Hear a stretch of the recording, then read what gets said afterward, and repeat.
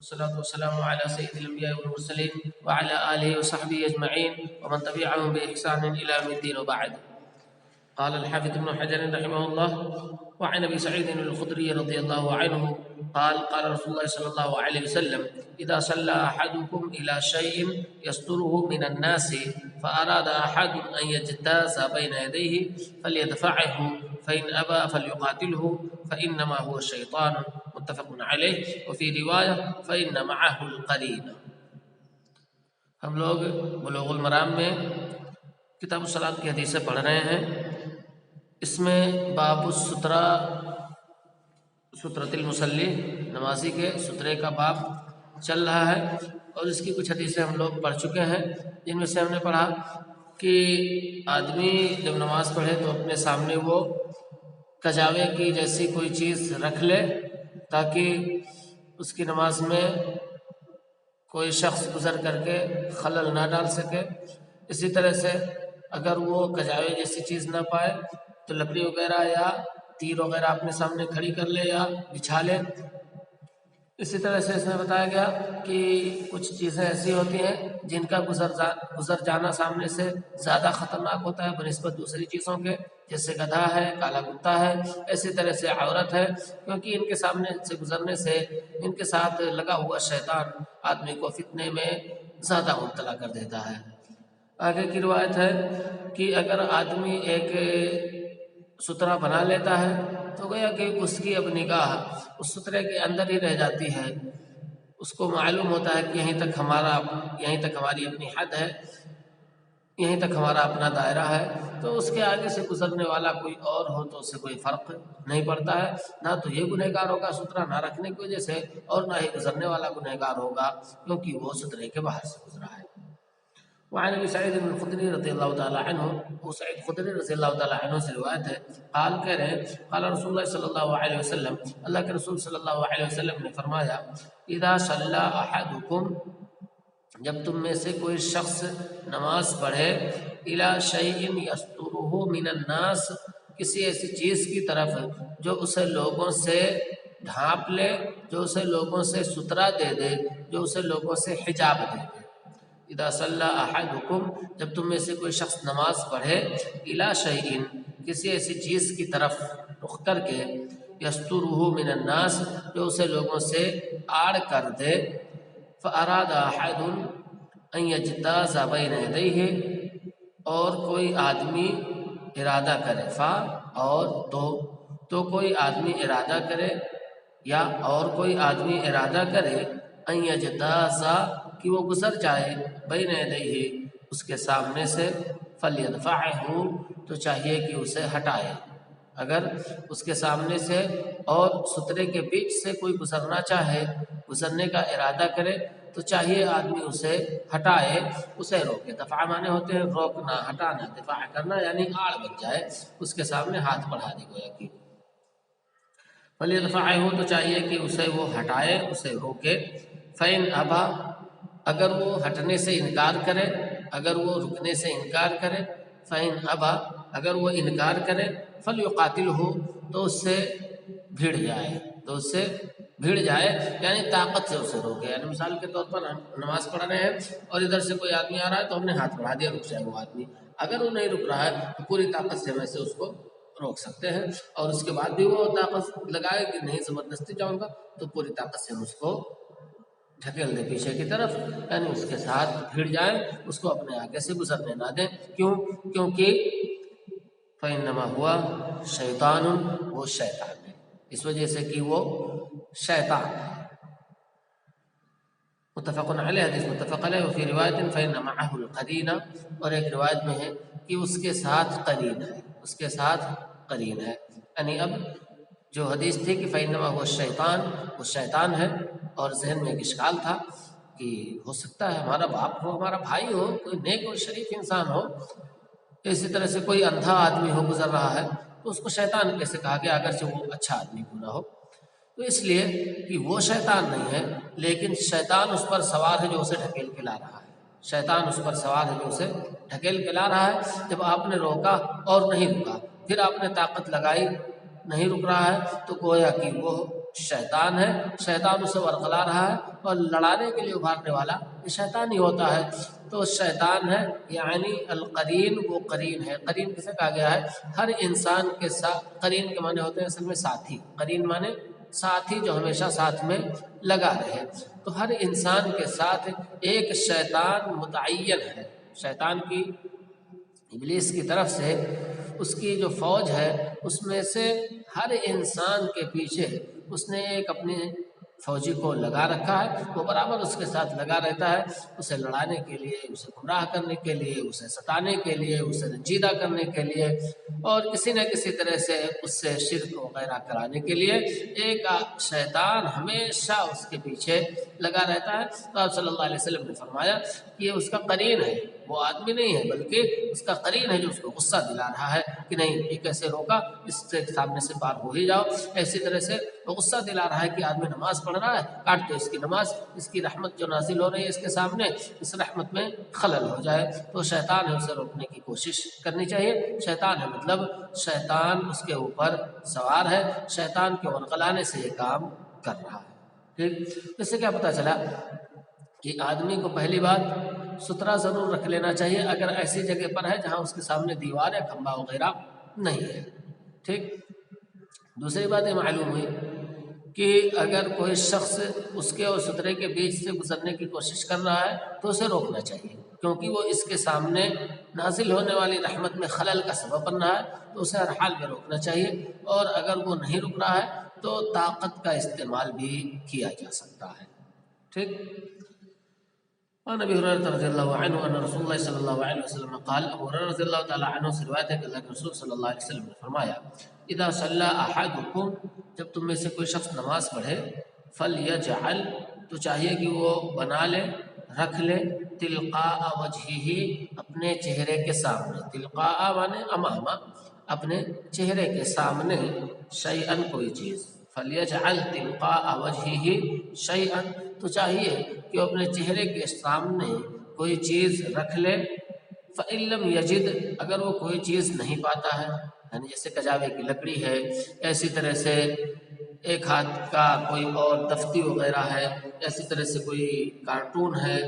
یعنی کوئی بھی ایسی چیز جو تقریباً ایک بالش کی یا ایک بالش سے اوپر کی ہو، تو وہ سامنے ایسے اپنے رکھ لے۔ اگر وہ نہیں رکھ پاتا ہے تو اسی صورت میں کم از کم کوئی لکڑی ڈنڈا پائے اسی کو اپنے سامنے کھڑی کر لے، وہ لکڑی، تاکہ دور سے گزرنے والا یا دور سے آنے والا اگر آدمی آ رہا ہے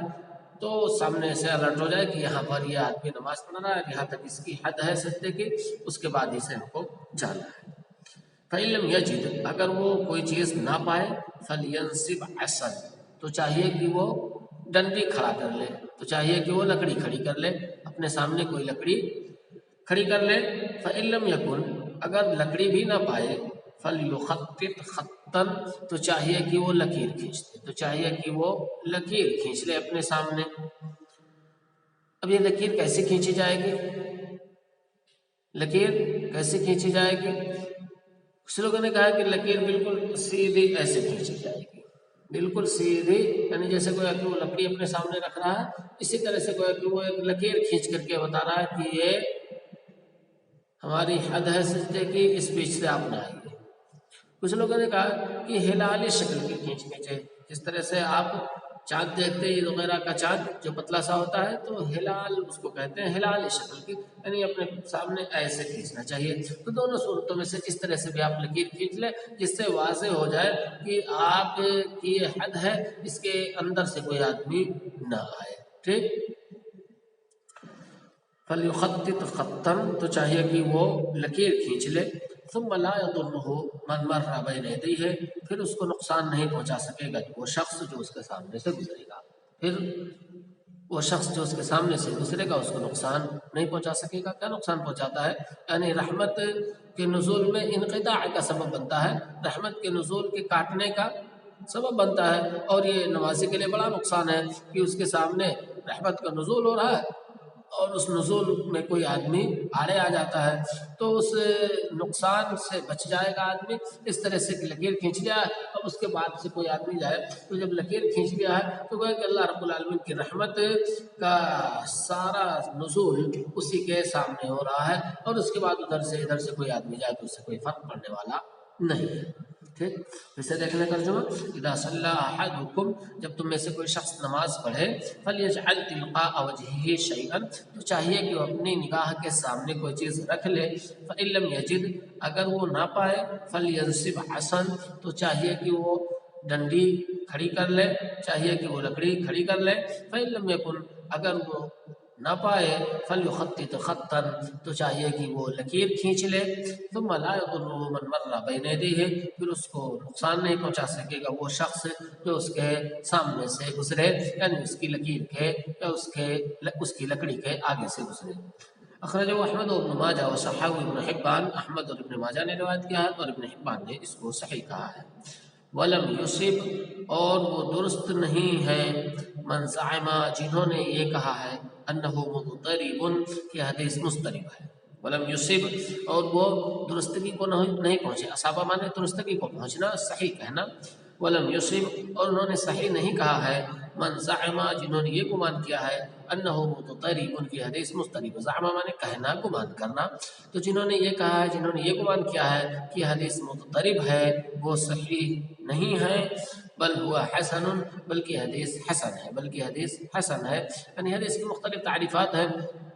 جن میں سے یہ ہے ضعیف، حسن اور صحیح۔ تو اگر کوئی حدیث صحیح ہے تو اسے تو قبول کیا جائے گا، لیکن اگر کوئی حدیث حسن ہے تو بھی قابل عمل ہے، اسے بھی قبول کیا جائے گا۔ البتہ کوئی حدیث ضعیف ہے تو اس پہ عمل نہیں کیا جائے گا، اور مضطرب یا ضعیف کی قسموں میں سے ہے۔ مضطرب کی بہت ساری قسمیں، بہت ساری تفصیل ہے جو آپ پڑھیں گے انشاءاللہ، تو مضطرب یہ ضعیف کی قسموں میں سے ہے۔ تو جنہوں نے کہا کہ مضطرب ہے حدیث، یعنی اس کی سند میں اضطراب پایا جاتا ہے، خلل پایا جاتا ہے، تو وہ صحیح نہیں ہے، بلکہ حدیث یہ حسن ہے، یعنی قابل عمل ہے۔ لہذا اگر آدمی رحل جیسی کوئی چیز نہیں پاتا ہے تو وہ لکڑی کھڑی کر سکتا ہے اپنے سامنے، ڈنڈا کھڑا کر سکتا ہے، اگر وہ بھی نہیں پاتا ہے تو لکیر کھینچ سکتا ہے۔ ٹھیک، آگے حدیث دیکھیں، وعن ابی سعید الخدری رضی اللہ عنہ قال قال رسول اللہ صلی اللہ علیہ وسلم، ابو سعید خدری رضی اللہ تعالی عنہ سے روایت ہے کہ اللہ کے رسول صلی اللہ علیہ وسلم نے فرمایا، لا يقطع الصلاة شیء، نماز کو کوئی چیز نہیں کاٹتی ہے، نماز کو کوئی چیز نہیں کاٹتی ہے، وَادْرَؤُوا مَا اسْتَطَعْتُمْ، اور ہٹاؤ جتنی تم طاقت رکھتے ہو، اور ہٹاؤ جتنی تم طاقت رکھتے ہو، یعنی اگر کوئی گزرنے والا آ رہا ہے تو جتنی طاقت رکھتے ہو اتنی ہٹاؤ، البتہ ہے کہ اس کے گزرنے سے تمہاری نماز میں کوئی خلل نہیں ہوگا، تمہاری نماز نہیں کٹے گی۔ یہاں پر اشکال یہ ہے کہ پیچھے کی حدیثیں بتا رہی ہیں کہ نماز کو کاٹ دیتی ہیں تین چیزیں، گدھا ہے، شیطان ہے، یعنی کالا کتا اور عورت، اور یہاں کہہ رہے کوئی چیز نہیں کاٹتی ہے، تو گویا کہ تعارض ہو رہا ہے۔ لیکن تعارض اس وقت ہوتا ہے جب دونوں حدیثیں صحیح ہوں، جب دونوں حدیثیں صحیح ہوں۔ یہاں پر یہ حدیث جو بھی ہم نے پڑھی ہے حدیث صحیح ہے ہی نہیں، یہ حدیث صحیح نہیں ہے، اس وجہ سے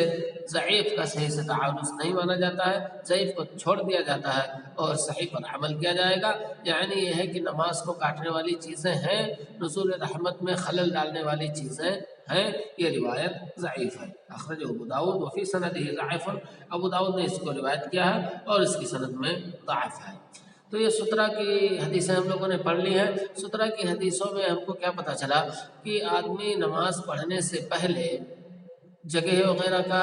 دھیان دے، جیسا کہ ہم نے باب طہارہ وغیرہ میں پڑھا کہ جگہ وغیرہ صاف ستھری ہونی چاہیے، اسی طرح سے آس پاس کی چیزوں پر بھی وہ نگاہ رکھے، اور یہ کہ آس پاس کی جو چیزیں ہیں وہ اس کے لیے نقصان دہ ہو سکتی ہیں، تو ایسی صورت میں وہ سترہ وغیرہ رکھ لے، تاکہ آس پاس سے اگر گزرنے کا خطرہ ہو، کسی گدھے کا، کسی کتے کا، کسی انسان کا، کسی عورت کا، تو ایسی صورت میں وہ سترہ پہلے سے رکھ لے تاکہ کوئی گزرنے والا اس کی نماز میں خلل نہ ڈال سکے، اسی طرح سے کوئی عام آدمی گزرنے والا گنہگار بھی نہ ہو۔ ٹھیک، یہ رہی سترہ کی حدیث ہے جو باب ہم نے مکمل کر لیا۔ آگے کا باب ہے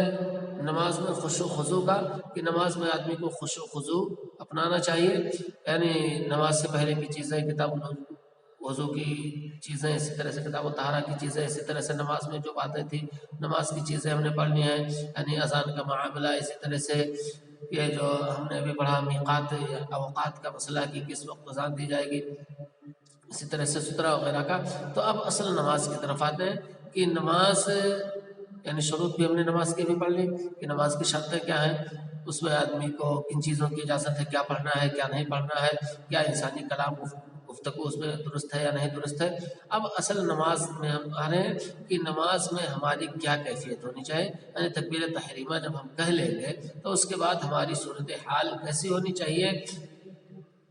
یعنی نماز میں کس طرح ہم کو کھڑا ہونا چاہیے. یہ ساری حدیثیں آگے آ رہی ہیں، لیکن یہ باب تھوڑا طویل ہے، اس وجہ سے انشاءاللہ اس باب کو کل شروع کرتے ہیں. آج جو ہم نے پڑھا اس میں اگر کچھ سوالات ہوں تو وہ سوالات آپ لوگ کر سکتے ہیں. ٹھیک.